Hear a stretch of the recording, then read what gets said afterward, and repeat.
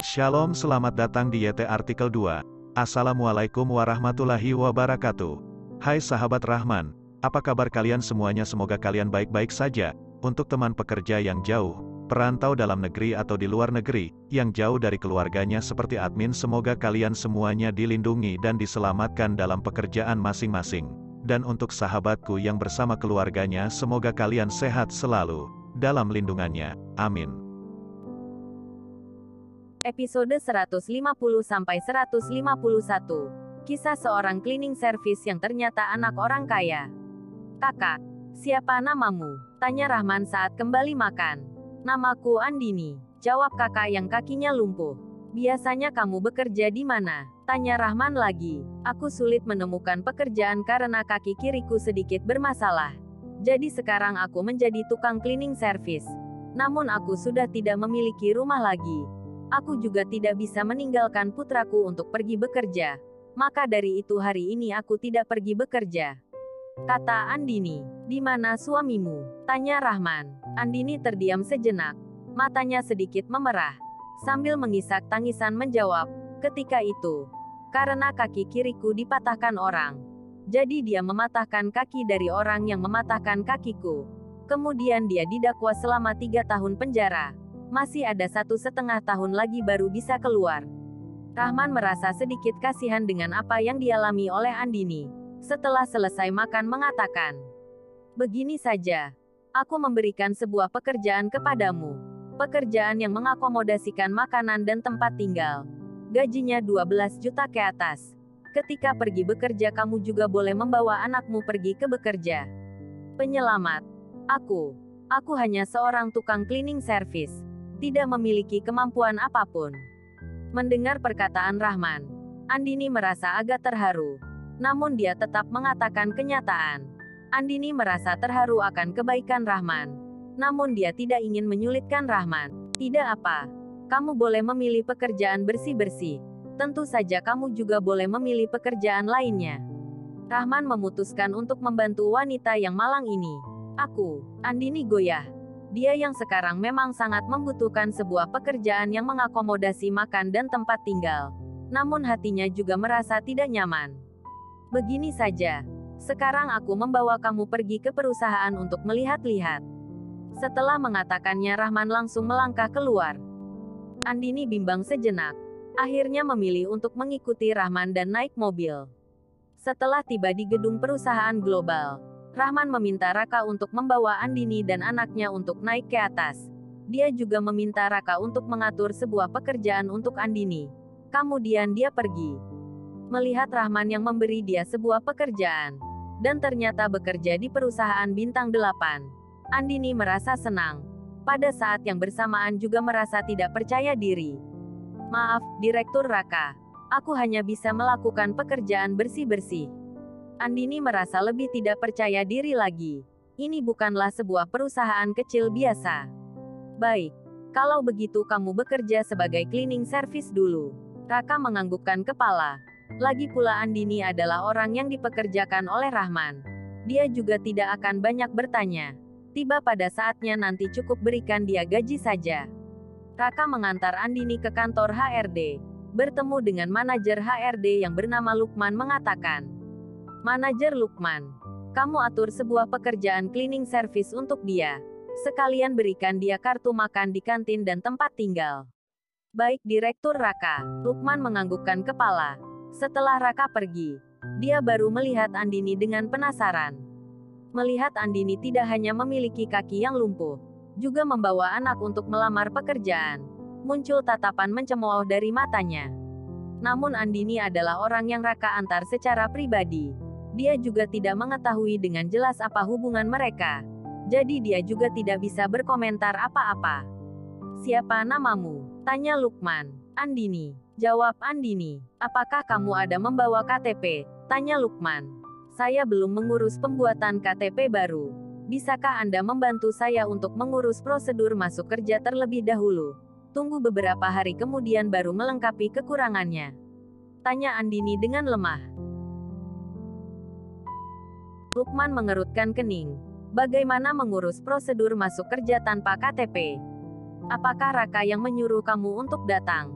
Tanya Lukman kepada Andini. Penyelamat anakkulah yang menyuruhku untuk datang.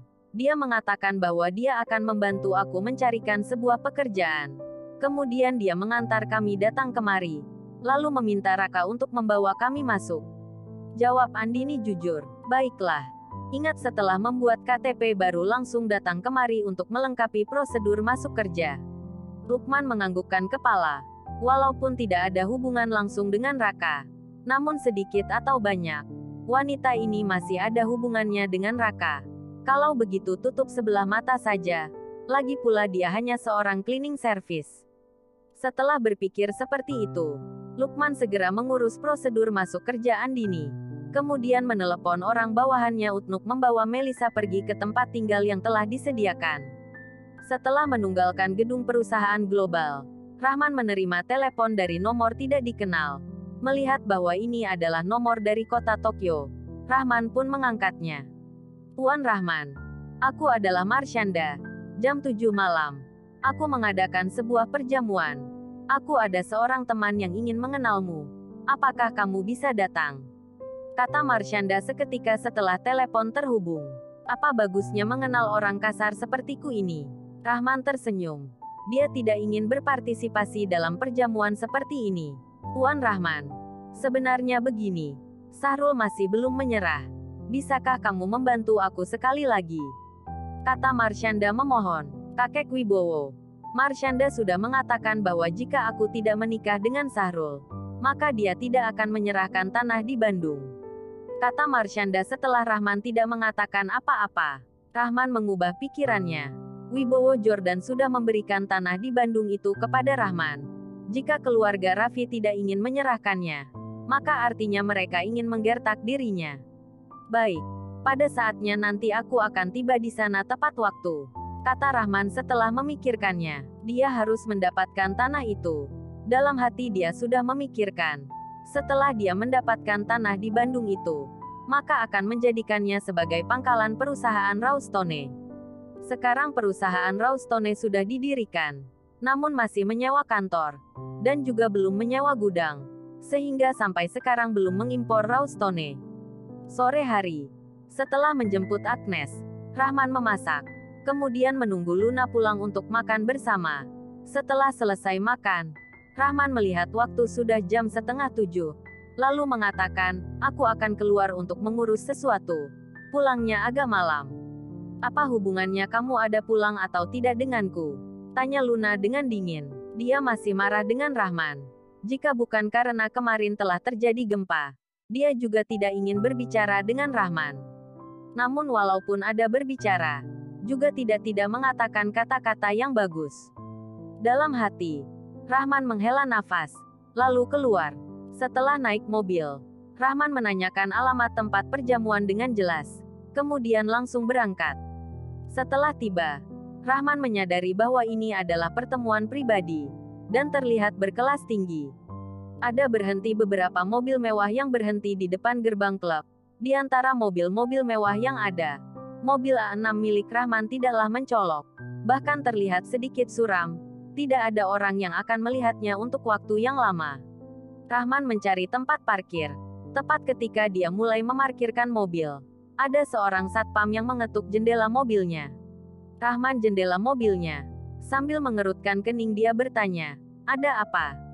Maaf, di sini tidak ada tempat parkir. Mohon mencari tempat parkir di luar saja. Satpam melihat Rahman dengan tatapan mencemooh. Bagaimana mungkin sebuah mobil Audi parkir di tempat mereka ini? Episode 151. Bukankah ini adalah tempat parkir? Rahman mengerutkan kening sambil menunjuk tempat parkir yang ada di depan. Satpam menunjuk ke mobil mewah yang ada di sekitar. Dengan mencemooh mengatakan, kamu lihatlah mobil milik orang lain itu mobil apa? Apakah mungkin mobil jelekmu itu parkir di sini? Mobil jelek? Sejak kapan seorang satpam juga bisa sehebat ini? Bisa memandang rendah mobil Audi yang harganya ratusan juta. Rahman merasa terkejut. Dia melihat satpam itu dari ujung kepala hingga ujung kaki. Tidak menemukan satpam itu memiliki sesuatu yang melebihi orang lain. Apakah orang ini juga menyamar untuk kemudian menyerangku secara tiba-tiba? Apakah tempat parkir juga membedakan mobil apa yang bisa parkir di sana? Sejak kapan klub kalian menjadi sehebat ini? Tanya Rahman mencemooh. Saudara, jujur saja, klub kita ini sudah direservasi orang. Semua orang yang datang ke sini adalah tokoh penting. Jadi kamu pergilah. Aku tidak ingin menyulitkanmu. Bujuk satpam itu. Kamu mengatakan bahwa aku bukan datang untuk berpartisipasi pertemuan di dalam. Rahman tersenyum kecil. Kamu, tatapan satpam sangat mencemooh. Apakah kamu tahu siapa yang mereservasi klub kita? Rahman tidak mengatakan apa-apa. Dengan sombongnya satpam itu mengatakan, orang yang mereservasi klub kita adalah nona besar dari keluarga Wibowo. Orang yang bisa diundang oleh nona besar keluarga Wibowo pastinya adalah orang kaya. Mobil yang dikemudikan mereka harganya pasti dari miliaran ke atas. Kamu ini apa? Rahman melihat sekeliling. Mobil yang parkir di sini memang tidak ada yang harganya di bawah miliaran. Saat ini, ada sebuah mobil Big G yang mendekat. Walaupun mobil Big G ini bukan mobil impor, namun harganya juga mencapai miliaran. Satpam, ada apa? Biarkan mobil Audi itu parkir sendiri saja. Masih bertele-tele. Cepat suruh dia pergi. Kata seorang pemuda yang mengeluarkan kepala dari dalam mobil G500 itu tidak sabar. Seorang satpam menyambut dengan wajah penuh senyuman. Kak, jangan terburu-buru. Aku akan segera memintanya untuk memindahkan mobil. Selesai berbicara, satpam memutar badannya ke arah Rahman dan berkata dengan dingin, Bung, tolong pindahkan mobilmu itu. Jangan menunda pekerjaan kami. Rahman mengernyitkan alisnya, menggerakkan mobilnya dan berhenti dengan baik. Hei, aku menyuruhmu untuk keluar, bukan menyuruhmu berhenti di sini. Aku kan sudah bilang padamu bahwa di sini adalah tempat meeting privat kami. Kamu tidak bisa memarkirnya di sini. Setelah melihat keadaan ini, satpam mengetok jendela mobilku dan berkata dengan dingin.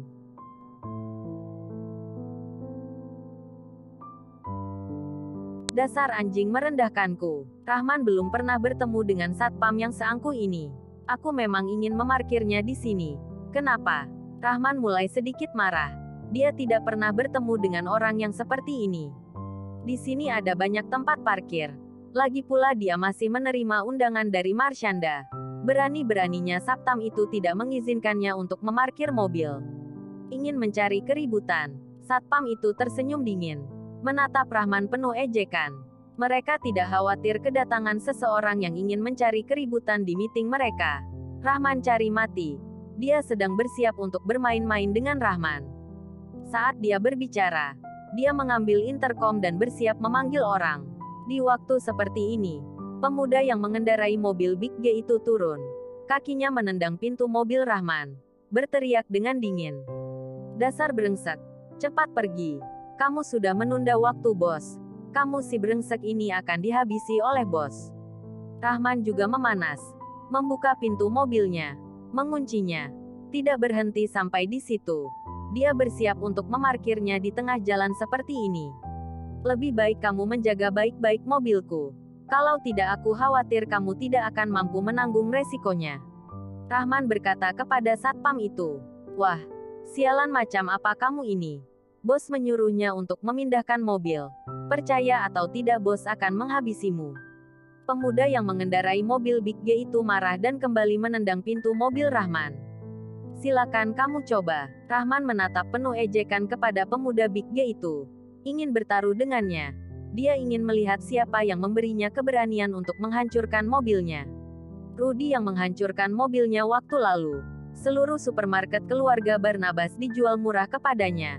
Sekarang masih belum membuka supermarket lagi. Dia ingin melihat kemampuan yang dimiliki pemuda Big G ini dengan berani bertaruh dengannya. Melihat Rahman berbicara dan segera masuk menuju pintu besar, mengacuhkan dirinya. Si pemuda itu seketika merasa bahwa dia telah diabaikan. Dia melangkah ke depan, mengulurkan tangannya menggenggam bahu Rahman. Bung, jadi orang jangan tidak mengenali niat baik orang lain. Kalau tidak kamu tidak akan mampu menanggung akibatnya. Orang apa kamu ini? Berani mengancamku. Singkirkan tanganmu itu. Rahman menengok ke arah si pemuda itu. Tertawa dingin. Aku bisa melepaskan tanganku. Tapi kamu harus segera memindahkan mobil rusakmu itu. Kalau tidak jangan salah bos yang tidak sungkan-sungkan menghancurkannya. Kata si pemuda itu mengancam.